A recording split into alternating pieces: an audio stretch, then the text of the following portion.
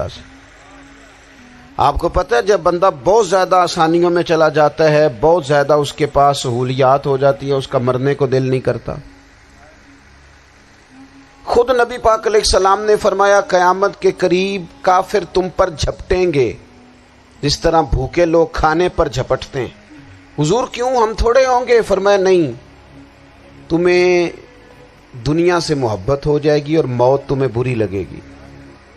اتنے بڑے بڑے بنگلے، عالی شان محلات، کس کا چھوڑ کے مرنے کو جی چاہتا ہے معاذ اللہ۔ نبی پاک کی محبت کا تقاضا سمجھو، ایسا نہیں کہ وہاں دولت آئی نہیں۔ حضور تو فرماتے ہیں کہ اللہ نے خزانوں کی کنجیاں میرے ہاتھ میں رکھ دی ہیں، لیکن میں نے عرض کیا مالک ایک وقت روٹی دینا اور ایک وقت کا فاقہ دینا۔ کنجیاں خزانوں کی اللہ نے دی۔ جب تک آپ اپنا طرز زندگی، یہ جو بہت دنیا کا پیار ہے نا، بہت زیادہ مرنے کی ہرس، یہ بہت زیادہ جینے کی ہرس، تو اللہ تعالیٰ نے قرآن پاک میں یہودیوں کا طریقہ بیان کیا کہ وہ کبھی مرنے کی تمنا نہیں کریں گے کیونکہ جینے کی ہرس رکھتے ہیں۔ نبی پاک علیہ السلام کے غلاموں، طرز زندگی جب تک سادہ نہیں ہوتا اور جب تک یہ دنیا کے جھمیلوں سے کسی کو دولت دے کر پیچھے کر دیا جاتا ہے، کسی کو عہدہ دے کر چپ کرا دیا جاتا ہے، کسی کو اقتدار دے کر چپ کرا دیا جاتا ہے، رسول اللہ صلی اللہ علیہ وسلم کے سچے غلام، ان ایک بات کی سمجھ آ گئی تھی کہ ہمیں ہمارے رب نے کہا ہے قل ان کنتم تحبون اللہ فاتبعونی یحببکم اللہ۔ اے محبوب آپ ان سے فرما دیں اگر رب سے محبت کرنا چاہتے ہیں تو آپ کی پیروی کریں، اللہ خود ان سے محبت فرمائے گا جب رب بھی ان کا ہو جائے گا، جب رب بھی ان کا کی محمد سے وفاتوں نے تو ہم، یہ جہاں چیز ہے کیا، یہ لوح و قلم تیرے، اس کا کیا مطلب ہوا؟ لوح و قلم، قلم لکھتی ہے نا تقدیریں، مقدر فیصلے، تو لوح و قلم تیرے ہیں، اس کا مطلب یہ ہے کہ پھر رب کریم تیرے اوپر فضل کرے گا، اور وہ جن فیصلوں کی امت کو دیانت سے چاہت ہے اللہ اپنے فضل سے وہ فیصلے فرمائے گا۔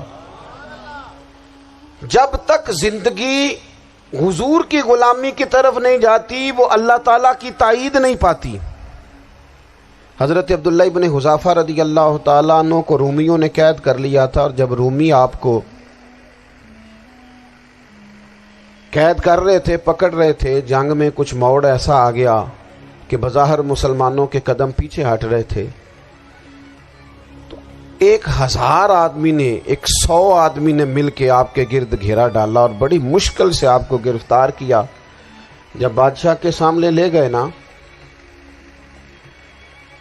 تو بادشاہ سے اس کا سپہ سالار کہنے لگا کہ بندہ ضائع کرنے والا نہیں، یہ بات سمجھیں آپ، ہماری طبیعت کے مطابق جو بندہ پورا نہیں اترتا ہم ضائع کر دیتے ہیں۔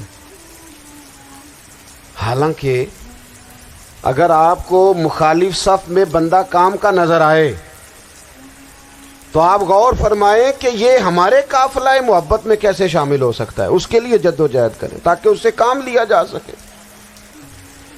اس نے کہا روم کے بادشاہ نے بندہ ضائع کرنے والا نہیں، وزیر نے کہا بادشاہ سے، اس نے کہا کیا کریں، کچھ ایسا کریں کہ یہ معاذ اللہ ہمارے دین میں آ جائے۔ اور قرآن مجید نے واضح کہہ دیا ہے کہ یہودی اور عیسائی تم سے راضی نہیں ہو سکتے حتی تتبع ملتہم، جب تک کہ تم ان کے دین کی پیروی نہ کرو، ان کو کسی طریقے سے معاذ اللہ عیسائی بنایا جائے۔ تو بادشاہ کہنے لگا 2-3 چیزیں ہیں جس سے کوئی بندہ بھی خریدا جا سکتا ہے، کر لیتے ہیں بات۔ اس نے سب سے پہلے حضرت عبداللہ ابن حذافہ سے کہا کہ جتنے پیسے آپ کہیں گے آپ کو ملیں گے، آپ اس دین میں آ جائیں معاذ اللہ۔ تو حضرت عبداللہ ابن حذافہ نا، کچھ لوگ بڑے سیانے ہوتے ہیں، بردبار ہوتے ہیں، بعض باتوں پر غصہ نہیں کرتے، ہنستے ہیں۔ حضرت عبداللہ ابن حذافہ ہنس پڑے، فرمانے لگے تجھے کس نے بادشاہ بنایا، تو بڑا بیوقوف آدمی ہے۔ اس نے کہا کیا مطلب؟ فرمانے لگے نادان، میں تو تلوار لے کے میدان میں آیا ہوں، مجھے دولت کمانی ہوتی میں تجارت کرتا، میں تجارت نہیں کر رہا، میں تو شہادت کے لیے نکلا ہوا ہوں، اور تو مجھے کہہ رہا ہے پیسے لے لے، کو عقل کی بات کر۔ اس نے دوسری بات کی، اس نے کہا کہ میں بادشاہ ہوں، میرے نیچے جتنے بھی عہدے ہیں، وزیر، مشیر، وزیر خزانہ، جو آپ عہدہ کہیں گے آپ کو دے دیا جائے گا، آپ اس طرف آ جائیں۔ تو حضرت عبداللہ ابن حذافہ کہنے لگے پھر کہتا ہوں تو بڑا نادان ہے۔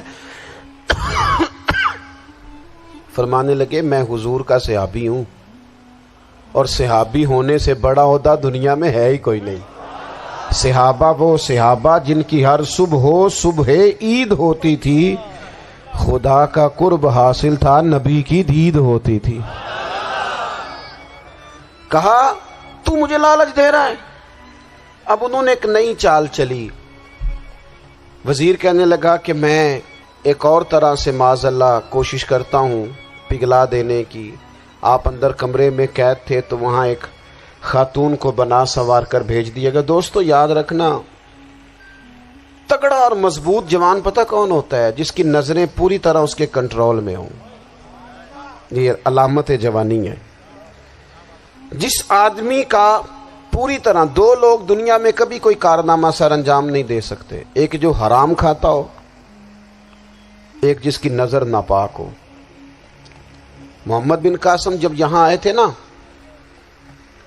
تو ایک دن بڑے پریشان تھے، تو ایک بزرگ کہنے لگے آپ کیوں پریشان ہیں؟ کہنے لگے راجہ دہر سے مقابلہ ہے اور ہماری فوج تو سندھ کے رستے بھی نہیں جانتی، زبان بھی نہیں جانتی، لڑیں گے کیسے؟ 2-4 دن کے بعد ان بزرگوں کی دوبارہ محمد بن قاسم سے ملاقات ہوئی تو بڑے خوش تھے۔ کہا اب آپ کیوں خوش ہیں؟ کہنے لگے وہ میرا مقابلہ نہیں کر سکتا، میں نے تحقیق کر لی ہے۔ کہا کیوں؟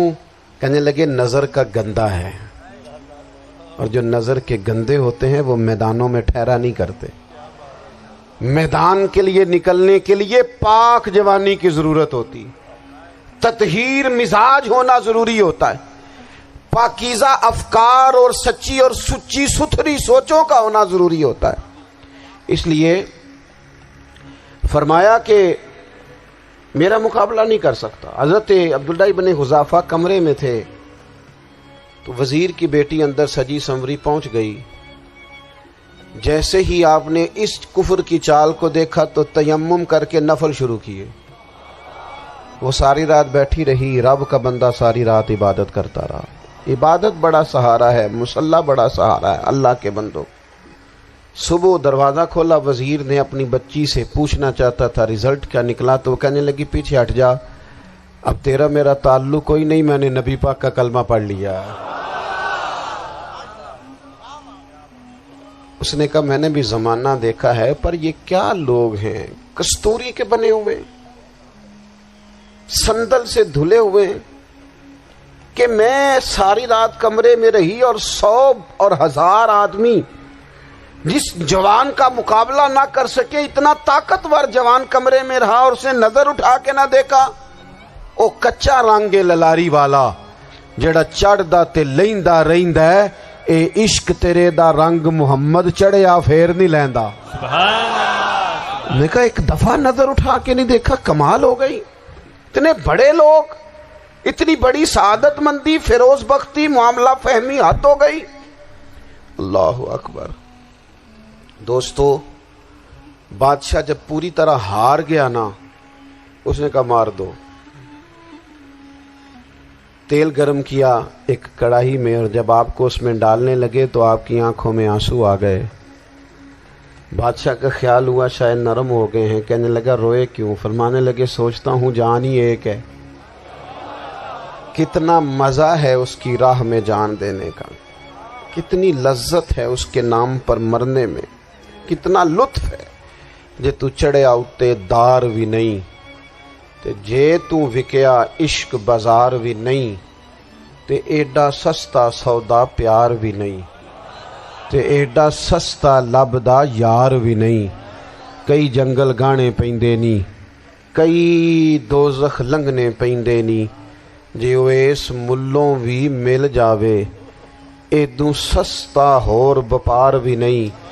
تے کچھ سمجھ نہ آوے لوکاں نوں وہ کادے نال شہید کرے، ڈٹھی یار دے ہاتھ تلوار بھی نہیں، پر او دا خالی جاندا وار بھی نہیں۔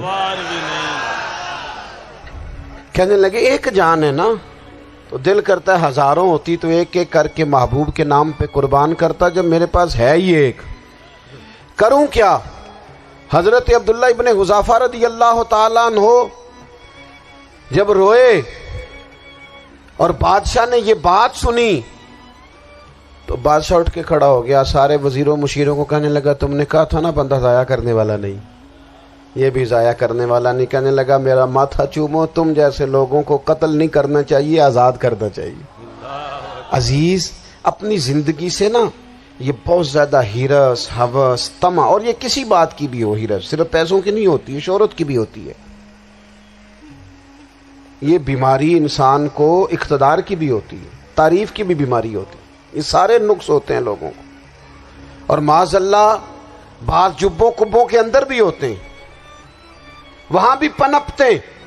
اپنی زندگی جب تک اس سادگی میں نہیں لاؤ گے جو رسول پاک نے عطا فرمائی ہے، جب لوگ آسانیوں میں پوری طرح الجھ گئے تو پھر وہ دور ہوئے اور کفر چڑھ گیا۔ دوسری بات، اللہ کے محبوب صلی اللہ تعالی علیہ وسلم کی محبت ہم سے تقاضا کرتی ہے کہ ہم اس مشن کے لیے کام کریں جس مشن کے لیے رسول پاک نے کام فرمایا ہے۔ ہم سارے کام بڑی مضبوطی سے، سوچ سمجھ کے، تدبر سے، حکمت سے، تقاضوں کو مد نظر رکھتے ہوئے کرتے ہیں سارے کام۔ دین کے کام میں ہمارا مزاج نہیں ہوتا، او ہو جائے گا جی، آپ بسم اللہ پڑھیں جی، شروع کریں جی۔ آپ تقاضوں کو سمجھیں، چیزوں کو دبائیں نہیں، چیزوں پر غور کریں۔ کسی کے ذہن کی سطح پر سوال ابھرتا ہے، اس کا تسلی بخش جواب دیں۔ اپنی زندگی میں دین کے کام کے لیے اپنے آپ کو وقف کریں، اور دین کے کام کے بہت سارے پہلو ہیں۔ ہزاروں لوگوں کو قرآن پاک ٹھیک پڑھنا نہیں آتا، ہزارہا لوگ ہیں جو قرآن مجید کے مطالب سے آگاہ نہیں ہیں، دین کی بنیادی ضروریات سے لوگ نابلد ہیں۔ میں آپ کو کس طرح یہ بات سمجھاؤں کہ ہزاروں کی تعداد میں طلاقیں اس لیے ہوتی ہیں کہ مردوں کو طلاق کے مسئلے نہیں آتے، انہیں پتہ نہیں ہے کہ مجھے حقوق زوجین کے معاملے میں کیسے چلنا ہے۔ ڈھیر سارے گھروں میں تباہی اس لیے ہے کہ تربیت اولاد کا دینی منہج ہمیں نہیں پتا۔ اپنا حصہ ملائیں دین کے کام میں۔ ایک آدمی کو اگر تو نمازی کرنے میں کامیاب ہو گیا، تیری زندگی بدل گئی۔ وہ دین بیزار لوگ جو ہمارے بیچ بیٹھ کے ہماری نوجوان نسل کو پگڑی اور داڑھی کا نام لے کے بنیادی طور پر دین سے دور کرتے ہیں، ایسے نوجوانوں کو دین کا پیغام محبت دے کر دین کے قریب کرنا ہماری ڈیوٹیوں کا حصہ ہے۔ ہمیں ذمہ داری کا احساس کرنا پڑے گا، ہمیں یہ خاص قدم اٹھانا پڑے گا، توجہ دینی پڑے گی۔ مساجد، مدارس، میں آپ سے عرض کروں، اتنی ڈٹ کے مخالفت ہوتی ہے نا مدرسوں کی، اتنی ڈٹ کے۔ میں ادارہ چلاتا ہوں، اس کے چلانے میں جو مشکلات ہیں وہ تو ہم بتا نہیں سکتے آپ کو، اس لیے کہ میری قوم، میرا اس قوم سے تعلق ہے جو نعت خواں امیر کرنا چاہتی ہے، مدرسے میں نقیب خطیب پیدا کرنا چاہتی ہے، شعر و شاعری کی زندگی کو پروان چڑھانا چاہتی ہے۔ فقط ہمارا ان لوگوں سے تعلق ہے جو لاکھوں کروڑوں روپیہ محافل پہ لگائیں گے، اور قاری صاحب بیچارے اگر مسجد کا کوئی ہونے والا کام کسی وقت بتا دیں گے تو وہ بڑی مشکل آ جائے گی ان کے لیے۔ یہ کیسے ہو سکتا ہے؟ آپ نے یہ ڈیوٹی بتا دی۔ مدارس، اور جتنا اہم رول دین کو پھیلانے میں مدارس اسلامیہ کا ہے، اتنی زبردست، لوگوں کا خیال ہوتا ہے میری طرح کے لوگ شاید کام کرتے ہیں، ڈیوٹی کرتے ہیں۔ یہ 10-15 لوگ آپ کو نظر آتے ہیں جو آپ کو کہیں میڈیا پر یا ادھر ادھر ڈیوٹی کرتے، مخلص لوگ اپنی جگہ پہ، وہ بھی بڑا ہی کام کر رہے ہیں، جو میڈیا پہ آ کے بھی اخلاص سے اور درد دل سے کو دین کی، ان کی بھی کسی بات کی حوصلہ شکنی نہیں۔ لیکن ہزارہا اساتذہ جو مدارس میں بیٹھ کے پڑھاتے ہیں، جنہوں نے وہ سارے لوگ تیار، آپ سمجھ نہیں سکتے کتنا بڑا کام۔ حفظ کا استاد جو ہوتا ہے نا، اس کی ڈیوٹی 24 گھنٹے ہوتی ہے، فجر سے پہلے، اور اس نے بچوں کو اٹھانا ہے۔ تنخواہ تو ہم انہیں دینا نہیں نہ چاہتے جی، تنخواہ نہیں دے دی انہوں نے، ہم بھی مولوی امیر نہ ہو جانا۔ مولوی نو تے سوٹ بھی 27ویں والی رات دے ہے تاکہ کدھر سوان کے عید والے دن پا نہ لوے، چونکہ 27ویں تو بعد تے درزی پھڑتا ہی کوئی نہیں، کیوں حضرت؟ ایسے ہی ہے نا، اس وقت تو نہیں نہ لیتا. تو ہم چاہتے ہیں مولوی ہماری مرضی کے ہماری طرح کا سوٹ نہ پہن لے. مدارس کی مضبوطی آپ یہ دیکھ لیں، یہ صلاح الدین ایوبی کا تعلق بھلا کس چیز سے تھا؟ غوث اعظم کے مدرسے سے. حضور غوث اعظم کے مریدوں کی جماعت اس کے ساتھ شامل تھی. کون لوگ تھے جنہوں نے مدارس سے فیض پایا؟ رازی اور غزالی، حضور غوث اعظم، خواجہ اجمیر، یہ سب لوگ مدارس کے لوگ ہیں. کمزوریاں ہیں، غلطیاں ہیں، بہت ساری چیزوں کی اصلاح کی ضرورت ہے، لیکن یہ دین کا بہت بڑا قلعہ ہوتا ہے مدرسہ. لیکن اس کی مخالفت کی جاتی ہے. مجھے بتائیے، اگر مدرسوں میں کمزوریاں ہیں تو کالجوں یونیورسٹیوں میں نہیں ہیں؟ ہم نے کبھی مخالفت کی ہے بند کر دو سارے؟ لیکن لوگوں کا جب خیال آتا ہے، جب ہمارے ایک سابقہ وزیر صاحب تھے سر راہ، کسی دعوت میں میری ان سے ملاقات ہو گئی تو انہوں نے کہا مدرسوں کا کردار کیا ہے آج کے ماحول میں؟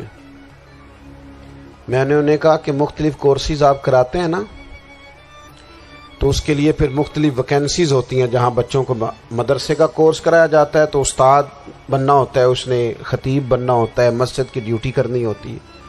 میں نے کہا آپ بالکل کوئی حکومت سرپرستی نہیں کرتی، لیکن اللہ کا فضل ہے. کبھی آپ نے حکومت سے سنی ہے جس میں جمعے والے دن مولوی نہ ملا ہو جمعہ پڑھانے کے لیے؟ کبھی آپ کو رمضان میں ایسی مسجد ملی ہے جس میں قرآن مجید سنانے کے لیے حافظ نہ ملا ہو؟ یہ ہو سکتا ہے کسی حافظ کو مسجد نہ ملے. تو مدارس کے ذمے جو کام تھا مدارس نے جم کے کیا ہے اور ڈٹ کے کیا اللہ کے فضل سے. اور مدارس کے لوگوں کو بھی کمزور نہیں پڑنا چاہیے. کبھی کسی وزیر، مشیر، مالدار کے روب میں نہیں آنا چاہیے، قطعاً نہیں. کیوں؟ کہ یہ وہ عظیم لوگ ہیں رسول اللہ صلی اللہ علیہ وسلم کے دین کے غلام، کہ ابھی ایک لفظ نہیں پڑا ہوتا الف با تا سا، پہلے دن گھر سے نکلتے ہیں تو حضور فرماتے ہیں اللہ کے فرشتے ان کے پیروں کے نیچے پر بچھا بھی دیتے ہیں. پہلے دن اتنا بڑا اعزاز ملتا ہے. تو حضور کی محبت کا تقاضا ہے دین کا کوئی کام کیا جائے. ایک خاتون مسجد نبوی شریف میں جھاڑو دیتی تھی، پر کوئی کام تو کرتی تھی نا. اور کس مسجد میں؟ جہاں 70,000 فرشتے صبح آتے ہیں، 70 شام آتے ہیں. اس مسجد میں وہ خاتون جھاڑو دیتی تھی. بخاری ہے، جب ان کا انتقال ہو گیا صحابہ نے سوچا کہ حضور کو تکلیف ہوگی، بغیر بتائے جنازہ پڑھ دیا. حضور صبح تشریف لائے، تازی قبر دیکھی، اور محبوب وہ ہیں جو فرش پہ کھڑے ہو کے عرش کی خبریں دیتے ہیں. نبی پاک علیہ الصلوۃ والسلام نے فرمایا کہ مجھے اطلاع کیوں نہیں دی اس کے انتقال کی؟ یہ کرم دیکھو، کوئی ڈیوٹی تو کرتی تھی نا یار، پر خلوص سے، پر پیار سے، پر اللہ کو راضی کرنے کے لیے، پر درد دل سے. اور دین کی ڈیوٹیاں کرنے والے دوستو سنو، حضور صبح آئے، قبر کو دیکھ کر فرمایا مجھے کیوں نہیں بتایا؟ یا رسول اللہ آپ کو تکلیف دینا مناسب نہ جانا؟ تو قبر پہ کھڑے ہو کے حضور نے فرمایا صف بناؤ، میں دوبارہ جنازہ پڑھاؤں گا. صف بناؤ، میں دوبارہ جنازہ پڑھاؤں گا. کوئی ڈیوٹی تو. تیسرا تقاضا حضور کی محبت کا، سمجھو میں بس بڑی جلدی بات سمیٹنے لگا ہوں. حضور کی امت سے پیار کرو، یہ نبی پاک کی محبت کا تقاضا ہے. حضور اس بندے سے بڑے راضی ہوتے ہیں جو حضور کی امت سے پیار کرتا ہے. آپ کو پتہ ہے حضرت جبریل امین علیہ السلام نے معراج کی رات حضور علیہ الصلوۃ والسلام سے عرض کی تھی کہ اللہ کی بارگاہ میں عرض کیجئے گا میری بھی ڈیوٹی لگ جائے آپ کی امت کے ساتھ محبت کرنے پر. تو یہ کیوں کہا تھا انہوں نے؟ علماء نے لکھا اس لیے کہا تھا کہ حضرت جبریل بھی جانتے ہیں کہ حضور کی امت سے محبت کی بات کی جائے نا تو نبی پاک راضی ہوتے ہیں. امت سے پیار کرو گے نا، امت سے. ایک صرف بات کا خیال رکھنا، عقیدہ برا ہو تو بات دوسری ہے، ورنہ میرے محبوب کی امت کا ایک ایک شخص جو مدینے والے کا کلمہ پڑھتا ہے، جو حضور کا غلام ہے، اس کے بارے میں اپنے دل میں گنجائش رکھنا، پیار رکھنا، وارفتگی رکھنا. اور دوستو یہاں لوگ کس کس طرح گروہوں کو، جماعتوں کو سپورٹ کرتے ہیں. نبی پاک نے اس امت کی کثرت پر فخر بیان کیا اور حضور فرمانے لگے 120 صفیں جنتیوں کی ہوں گی، قیامت میں 80 صفیں صرف میری امت کی ہوں گی. میں کثرت امت پر فخر کروں گا. ان لوگوں سے پیار کرنا ہے، ان کے دکھ درد کو سمجھنا ہے۔ پتہ ہے آج کیا ہوتا ہے؟ آج ہمیں نا مختلف چھوٹے چھوٹے ملکوں میں بانٹ دیا گیا، تو ہم کسی دوسرے مسلمان بھائی کا درد نہیں محسوس کرتے، ہم گھروں میں نہیں محسوس کرتے۔ پڑوسی پر ظلم ہو رہا ہو تو ہم کہنے پتر ساڈا نہیں مسئلہ، یہ مسئلہ ہے، تینوں کی لگے۔ حالانکہ پڑوسی کی آگ اس لیے بھی کسی وقت بجھا دینی چاہیے کہ پڑوسی کی نہ بجھائی جائے تو اپنا گھر بھی زاد میں آ جاتا۔ آج امت مسلمہ سے ہمیں بس لگا دیا گیا اپنے حصے کی روٹی کماؤ، اپنے حصے کی کوٹھی بناؤ، اپنے حصے کی گاڑی خریدو، اپنے حصے کا کام کرو۔ امت کا درد، امت کی بات، وحدت امت کا تصور،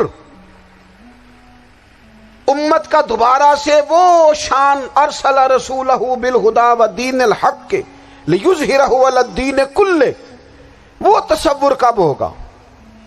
اس وقت ہوگا جب ہم بات امت کی کریں گے۔ نبی پاک علیہ السلام نے فرمایا مسلمان کی مثال ایک جسم کی طرح ہے، جسم کے ایک حصے کو تکلیف ہو تو سارا آزمائش میں آ جاتا ہے۔ مجھے بتاؤ یہ انگلی درد کرتی ہو، یہ انگلی جسم کا حصہ ہے نا، تو میرا خیال ہے دماغ یہ کہہ دے گا کہ انگلی کی درد ہے نا مینوں کی لگے، دل کہہ دے گا کوئی نہیں ٹینشن لینے، انگلی کا مسئلہ ہے نا۔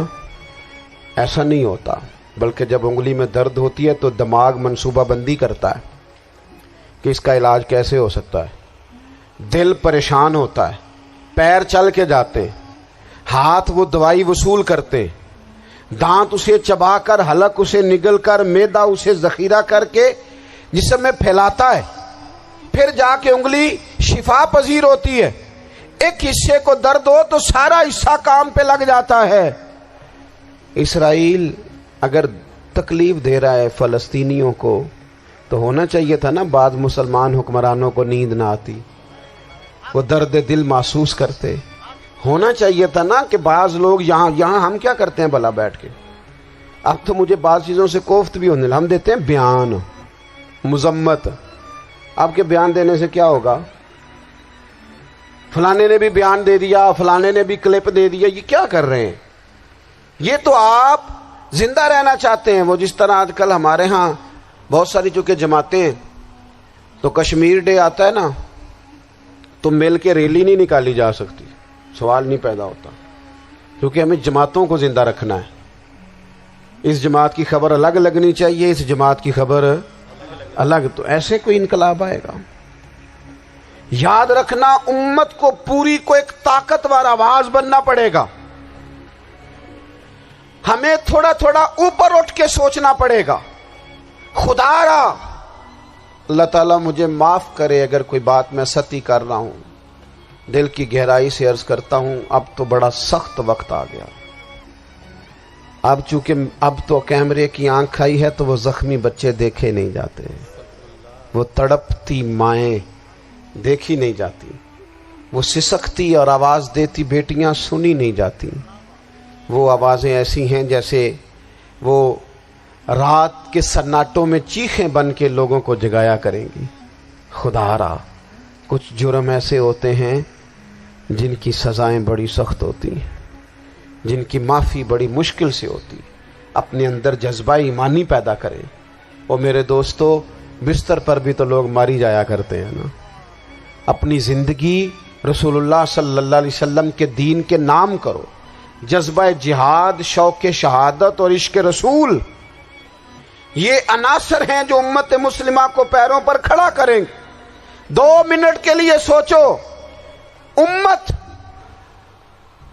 اگر اسی طرح کٹتی رہی، پریشان رہی، دکھتی رہی اور باری باری کر کے، اقبال نے کیا کہا تھا؟ اس نے کہا تھا وطنوں میں، انہوں نے کہا تھا کہ ان تازہ خداؤں میں بڑا سب سے وطن ہے، جو پیرہن اس کا ہے وہ مذہب کا کفن ہے۔ تو اقبال ہم کیا کریں؟ کہنے لگے بازو تیرا توحید کی قوت سے قوی ہے، اسلام تیرا دیس ہے، کیونکہ تو مصطفی ہے۔ تو بحیثیت مسلمان سوچنا شروع کر، بحیثیت مسلمان، اور یوں تو سید بھی ہو، مرزا بھی ہو، افغان بھی ہو، تم سبھی کچھ ہو، بتاؤ کہ مسلمان بھی ہو۔ تمہارے اندر کہیں سے کوئی مومن بھی بولتا ہے کہ نہیں؟ علاقائی تعصبات اور ملکی سرحدوں میں قید ہو جانے والوں، تم ایک نبی کی امت ہو۔ کیوں نہیں سمجھتے کہ جب کشمیر کی بیٹی روتی ہے تو مدینے والے محبوب پاک علیہ السلام کی امت کی بیٹی روتی ہے، جب فلسطین کی بیٹی روتی ہے تو امت کی بیٹیاں روتی۔ خدا را کچھ درد دل اپنی طبیعت میں پیدا کریں۔ میں حکمرانوں کی بات نہیں کرتا، میں تو عام لوگوں سے ایسے تبصرے سنتا ہوں جو نہیں کرنے چاہیے۔ وہ نہیں جی نہیں، دوسرا رخ بھی دیکھو، عام آدمی اٹھ کے، عام لوگ بھی یہ خطرناک سوچیں اور ان سے خوفناک نتائج برآمد ہوں گے۔ تو 3 باتیں میں نے آپ کی خدمت میں عرض کی ہیں۔ ایک تو کوشش کریں اپنی زندگی کے اندر کہ زندگی کو سادہ کریں، پیسہ ضرور کمائیں لیکن پیسے سے پیار نہ کرو، پیار تو مدینے والے رسول سے کرنا۔ دولتیں، ہرس، ہوس، طمع، ان سے باہر آؤ۔ اور دوسری گزارش آپ کی خدمت میں یہ عرض کی ہے، کچھ نہ کچھ دین کا کام، اور اس میں بھی شہرتوں سے بچتے ہوئے، تصویروں سے بچتے ہوئے۔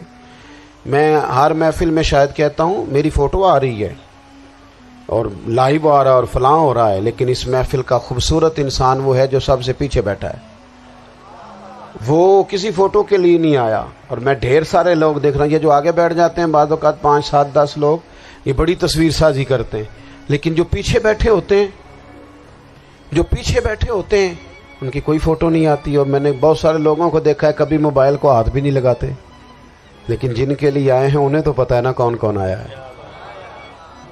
اور کچھ دین کے لیے کریں۔ اور تیسری گزارش آپ کی خدمت میں یہ ہے کہ امت بن کر بھی ضرور سوچیں اور امت کے دکھوں کا مداوع بھی کریں اور امت مسلمہ کا درد بھی اپنے سینے میں ضرور محسوس کریں۔ اللہ تعالی ہماری اس بزم کو جی ایک بات اور سن لیں جی، نبی پاک علیہ الصلوۃ والسلام نے ارشاد فرمایا، لائیں جی، حضور سید عالم علیہ الصلوۃ والسلام نے ارشاد فرمایا کہ جب تک بندہ اللہ کے بندوں کی مدد میں رہتا ہے نا، اللہ بھی اس کی مدد کرتا رہتا ہے۔ یعنی اگر آپ امت کے لیے سوچتے ہیں، کوئی امت کے لیے فکر پیدا کرتے ہیں، کچھ امت کی سوچیں لاتے ہیں تو اللہ بھی مدد فرمائے گا۔ اور یہ بات اچھی طرح یاد رکھیں، جب بھی بندہ کوئی ایسا کام کرتا ہے نا جو خالص اللہ کی رضا کے لیے ہو تو رب کی مدد ضرور آتی ہے۔ وَلَقَدْ نَصَرَكُمُ اللَّهُ بِبَدْرٍ وَأَنْتُمْ أَذِلَّةٌ۔ تو یہ کام کریں گے تو اللہ کی مدد بھی آئے گی۔ اللہ توفیق۔ نبی پاک علیہ السلام کے طریقے پر جو بندہ چلتا ہے نا، جو حضور کے طریقے پہ چلتا ہے، وہ اللہ کا محبوب بن جاتا ہے۔ جو شرط یہ ہے کہ وہ اخلاص کے ساتھ نبی پاک کے طریقے پہ چلے، دنیا کو دکھانے کے لیے پگڑیاں نہ باندھتا پھرے، وہ کہے کہ چونکہ میں پیر صاحب ہوں تو میں نے باندھ لی ہیں، اس لیے یہ ماحول نہ بنائے، وہ بنائے اللہ کی رضا کے لیے، اللہ تبارک و تعالیٰ کی رضا کے لیے نبی پاک کی غلامی کرے، اللہ اسے اپنا محبوب بنا لیتا ہے۔ حضور کی کچھ سنتیں ہیں، کچھ چیزیں نبی پاک کو پیاری ہیں، کچھ تو آپ نے سنی ہوئی ہے، جیسے میٹھا کھانا سنت ہے، جیسے مسواک کرنا سنت ہے، جیسے مسکرانا سنت ہے۔ مسکرا رہے ہیں نا جی ماشاءاللہ، پریشان تو نہیں نا کسی بات میں؟ مسکرانا بھی حضور کی، شروع میں نمک کھانا، بعد میں نمک کھانا، درمیان میں میٹھا کھانا، یہ حضور کی سنت ہے۔ اور امامہ باندھنا نبی پاک کی، یہ چیزیں حضور کی پسند ہیں۔ نماز نبی پاک کو بڑی پسند ہے، فرمایا مجھے تمہاری دنیا کی چیزوں میں سے، دنیا کے کاموں میں سے جو کام بڑا پسند ہے وہ نماز پڑھنا ہے۔ خوشبو حضور کو بڑی پسند ہے، دودھ نبی پاک کو بڑا پسند ہے، یہ بھی ساری سنتیں ہیں۔ اسی طرح کی 2-3 باتیں میں نے عرض کرنی ہے آپ کی خدمت میں۔ جس طرح نبی پاک علیہ الصلوۃ والسلام کو خوشبو پسند ہے، تکیہ پسند ہے، مسواک پسند ہے، اسی طرح تھوڑے مال پر قناعت کرنا یہ بھی میرے نبی کو بڑا ہی پسند ہے۔ تھوڑے پیسوں پہ راضی ہو جانا یہ نبی پاک کو، سادے مکان میں رہنا یہ حضور کو بڑا پسند ہے، سادی روٹی کھانا یہ میرے نبی پاک کو بڑا، یہ بھی حضور کی پسند ہے۔ تھوڑے رزق پہ راضی ہونا اور اس طرح راضی ہونا کہ لمبے سجدے ادا کرنا یہ میرے نبی پاک کی پسند ہے۔ حضور نے صرف غریبوں سے پیار نہیں کیا، ہمیں یہ سنایا جاتا ہے اور ہم ہمیشہ یہی سنتے ہیں کہ حضور نے غریب سے بڑی محبت کی، نبی پاک نے صرف غریب سے پیار نہیں کیا، دراصل حضور نے غریبی سے پیار کیا ہے۔ کوئی نہیں سمجھ آئی آپ کو؟ حضور نے صرف غریبوں سے پیار نہیں کیا، نبی پاک نے، اس کا معنی یہ ہے کہ حضور نے غریب رہنا پسند فرمایا ہے۔ غریبوں کی طرح رہنا نبی پاک نے، سادہ مکان، ایک وقت کا کھانا اور سادی غذا، جس طرح غریب نہیں رہتے پرانے گھروں میں، کچے مکانوں میں، ٹوٹی چٹائیاں، ایک دو پیالے گھر میں، لمبے چوڑے برتن کوئی نہیں، یہ نبی پاک کی پسند ہے، یہ رسول پاک کی پسند ہے، اس کو محبوب جانا ہے نبی پاک صلی اللہ علیہ وسلم۔ حضور نے اس کو پسند کیا۔ حاتم طائی کی بیٹی قیدی ہو کے آئی، جب اس کے قبیلے پر، اس کے علاقے پر مسلمانوں نے حملہ کیا تو حاتم طائی کا جو بیٹا تھا عدی بن حاتم، وہ اپنی بہن سے کہنے لگا ہمیں پتہ ہے ہم مسلمانوں کا مقابلہ نہیں کر سکتے تو بھاگ جانے میں بہتری ہے، چلو بھاگ چلتے ہیں۔ تو بہن کہنے لگی بھائی تو نے بھاگنا ہے تو بھاگ جا، میں سردار کی بیٹی ہوں، میں قوم کے ساتھ جیوں گی، قوم کے ساتھ مروں گی، تو نے بھاگنا ہے تو بھاگ جا۔ عدی بھاگ گئے ڈر کے۔ یہ خاتون جو تھی ان کو گرفتار کر لیا مسلمان عورتوں نے، تو کہ یہ تلوار لے کے آئی تھی لڑنے کے لیے۔ ابن اسحاق ابن حشام دونوں کتابوں میں روایت موجود ہے۔ یہ خاتون کہتی ہے کہ میں نے بڑے تگڑے سوال تیار کیے، کیونکہ معاذ اللہ ثم معاذ اللہ میرا خیال تھا وہ نبی نہیں، وہ بادشاہ ہیں، وہ ایک اسٹیٹ کے سربراہ ہیں، وہ حکمران ہیں، میں معاذ اللہ نبی نہیں۔ میں نے بڑے تگڑے سوال تیار کیے اور میں اپنے آپ سے کہہ رہی تھی میں ایسی ایسی باتیں کروں گی مسلمانوں کے نبی سے کہ انہیں جواب نہیں آئے گا، معاذ اللہ ثم معاذ، نقل کفر، کفر نہ باشد۔ کہتی ہے میں حضور کے سامنے لائی گئی گرفتار کر کے، اور جب مجھے حضور کے سامنے کھڑا کیا گیا نا تو میرا سر ننگا تھا۔ توجہ ہے میری بات پر؟ میرا سر ننگا تھا تو میرے ذہن میں بڑے سوال تھے، میری گردن اکڑی ہوئی تھی۔ حضور نے میرا ننگا سر دیکھا تو محبوب ممبر سے اٹھے، اپنے کندھوں سے مدثر والی چادر اتاری اور حضور علیہ السلام نے حاتم طائی کی بیٹی کے سر پہ دے دی۔ بی بی کہتی ہے جب حضور کی چادر آئی تو میری اکڑی ہوئی گردن خود بخود جھک گئی نیچے کی طرف، خود بخود جھک گئی۔ سوال ابھی بھی میرے ذہن میں موجود تھے۔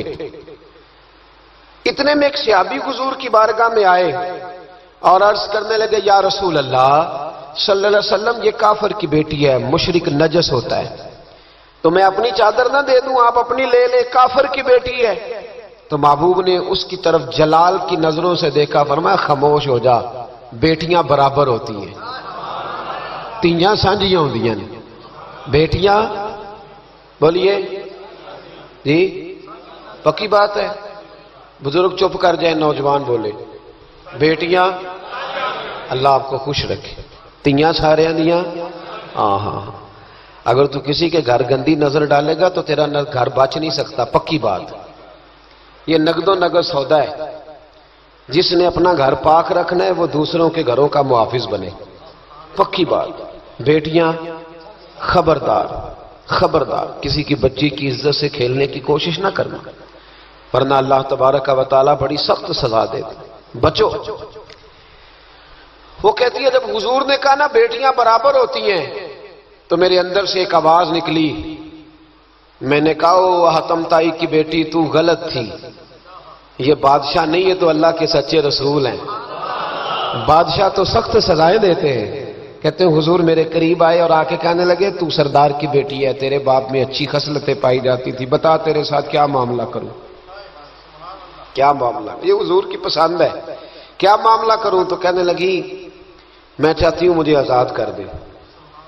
کہتی مجھے امید نہیں تھی، حضور کہیں گے ٹھہر جا، بیٹھ جا، بات کرتے ہیں، مشاورت ہوتی ہے، پھر اس کے بعد کوئی فیصلہ ہوتا ہے۔ کہا آزاد کر دو، کہتی حضور نے میرے کہنے پر فوراً ہی اگلا جملہ ہی نہیں کہا، فرمایا جا تو آزاد ہے۔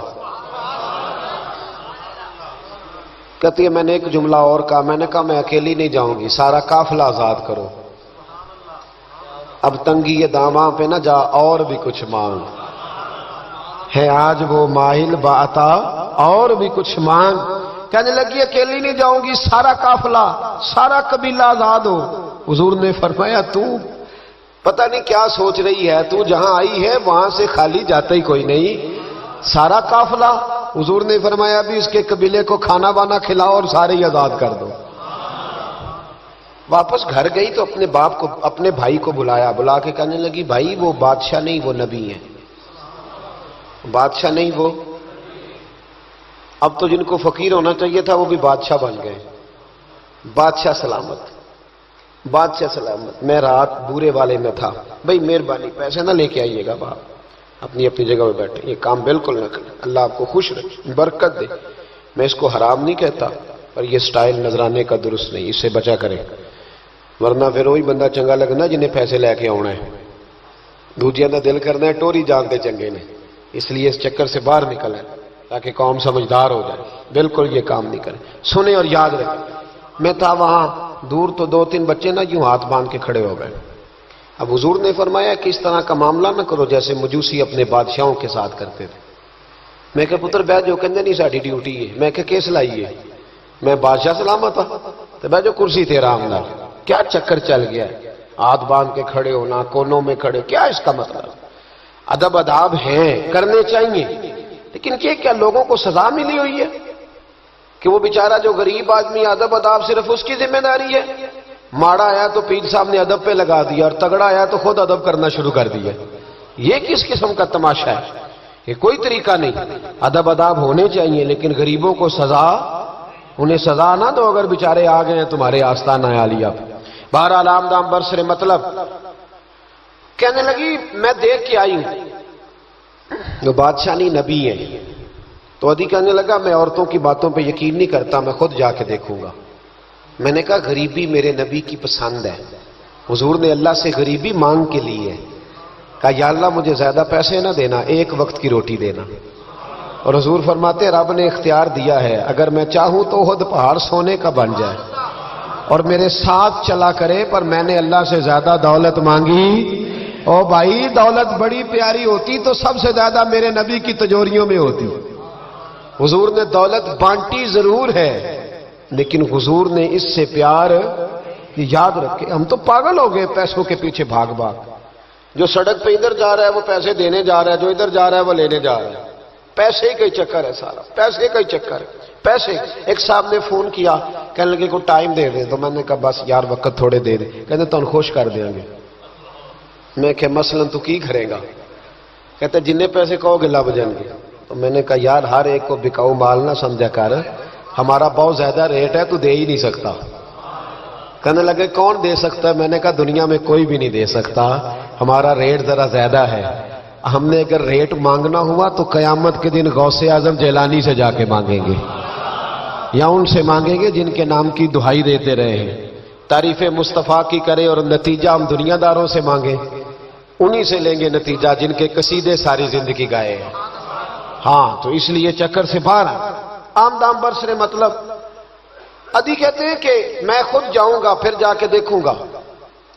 ادھی مدینے آئے دیکھنے، اور جب بندہ کسی کو دیکھنے آتا ہے تو تنقیدی نظر سے آتا ہے۔ کہتے ہیں میں مسجد نبی میں پہنچا تو کچی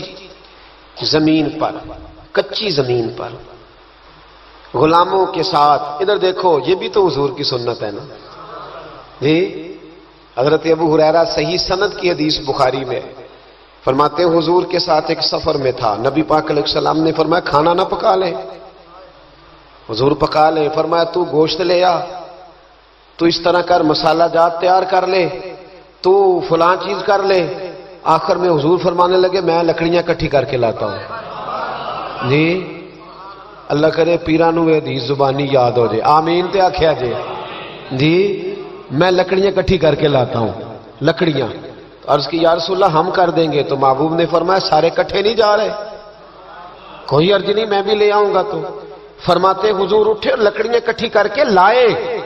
جب مسجد نبوی شریف بن رہی تھی تو جناب ابو ہریرہ فرماتے ہیں میں 3 اینٹیں اٹھا کے لا رہا تھا، اللہ کے رسول 7 اینٹیں اٹھا کے لا رہے تھے، 7 اینٹیں۔ چودھری صاحب آپ روز آ کے کہہ دیتے قاری صاحب مسجد دی صفائی نہیں ہوئی، تو نہیں کر سکتا مسجد دی صفائی؟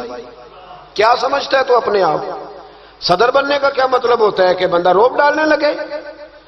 دنیا میں جو سب سے زیادہ عزت والا اور بڑا ہوتا ہے وہ وہی ہوتا ہے جو اللہ کے گھر میں جھاڑو دیا کرتا ہے۔ کیا لوگوں نے معیار بنا لیا ہے؟